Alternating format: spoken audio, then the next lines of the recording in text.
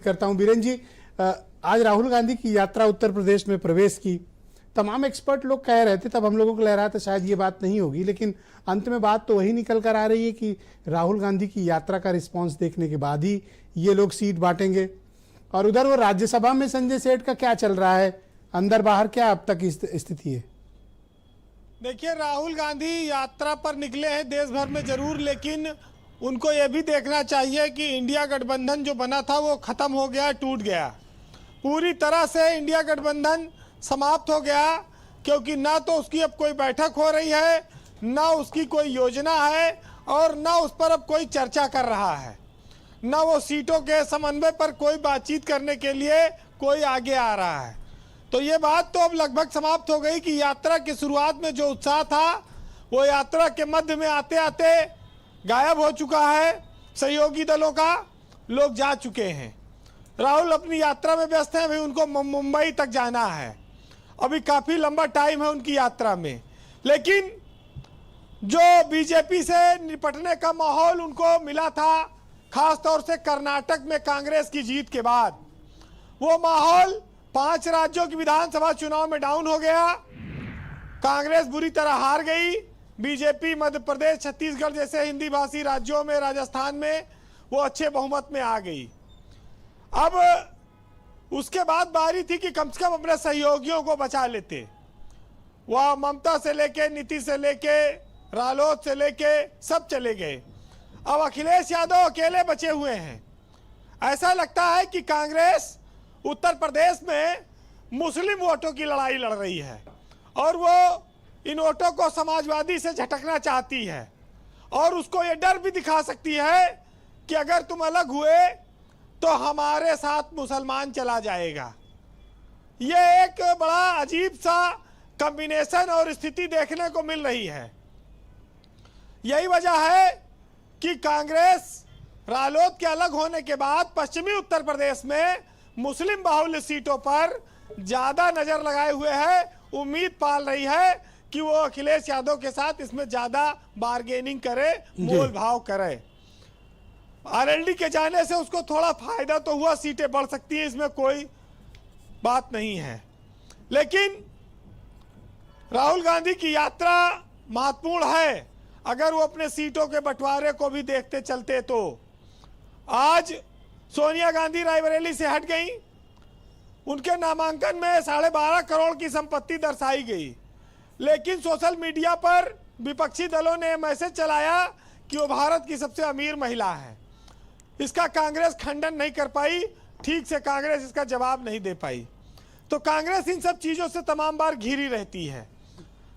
अब राहुल गांधी की यात्रा में पल्लवी पटेल और स्वामी प्रसाद मौर्य जाने का ऐलान कर दे रहे हैं, तो इससे भाजपा को बहुत फायदा नहीं है।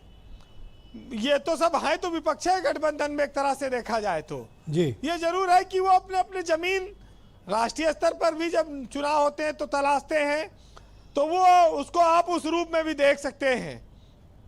ब्रजेश जी, राज्यसभा चुनाव में जो चल रहा है, इस पर संजय सेठ के आने के बाद खलबली भाजपा के सहयोगियों में भी है, खाली ऐसा नहीं विपक्ष में है। अब बीजेपी पर यह दबाव है कि वो चुनाव से पहले मंत्रिमंडल विस्तार कर दे, जिससे कि रालोद से लेके और राजभर की पार्टी से लेके जिसको जहां जो मिलना है वो मिल जाए। और उम्मीद यही है कि ये 28 फरवरी से पहले पहले हो जाएगा। तो ये भी बहुत सारी चीजें आ रही हैं जी।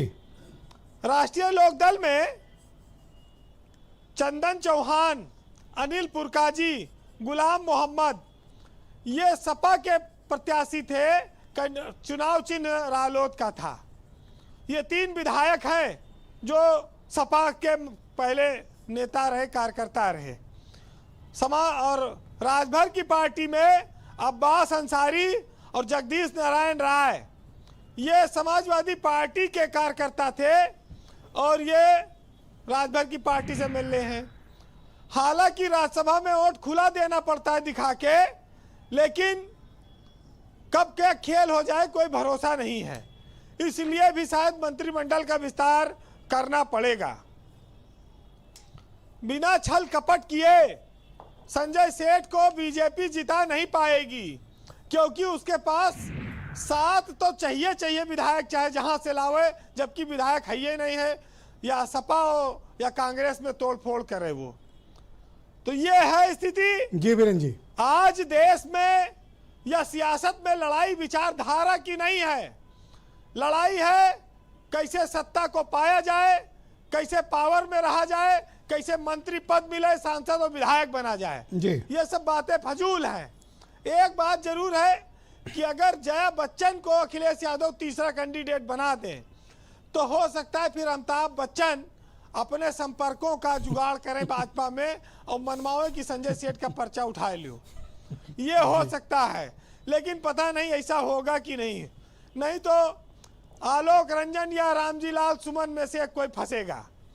अब आगे देखिए क्या होता है। जी वीरेन जी, ब्रजेश जी, प्राण प्रतिष्ठा कार्यक्रम से कांग्रेस की जो दिल्ली के नेता है वो दूरी बनाकर रखते हैं, लेकिन उत्तर प्रदेश के विधायक भाजपा के आह्वान पर दर्शन करने के लिए जाते हैं कांग्रेस के।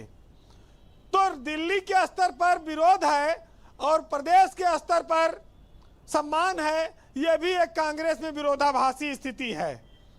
बहरहाल सबकी स्थितियां अलग अलग हैं, जी लेकिन जी। राहुल अपनी इस यात्रा में दक्षिण भारत की उस यात्रा की तरह कितने असरकारक और क्षमता प्रभावशाली साबित होंगे, अभी इस पर बहुत सारे जानकार कयास लगा रहे हैं।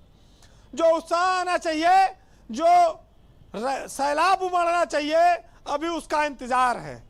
सुनिएगा कि जिसको भी आप ताकत दे दीजिए वो जनता की कहाँ सुनता है। कि जुदाई हो के मिलन हो, हर अदा तुम्हारी है और तुम्हारा शहर है, लेकिन फिजा हमारी है। और कहीं पे जल नहीं सकते सितमगरों के चिराग, और तमाम शहर में अब के हवा हमारी है। और शिकायतें करे भी तो हम किस जुबा से करें, खुदा बनाया है तुमको, ये भी तो खता हमारी है। बहुत शुक्रिया वीरेन जी, बहुत बहुत धन्यवाद ग्राउंड जीरो से अपनी इनपुट, फीडबैक और पॉलिटिकल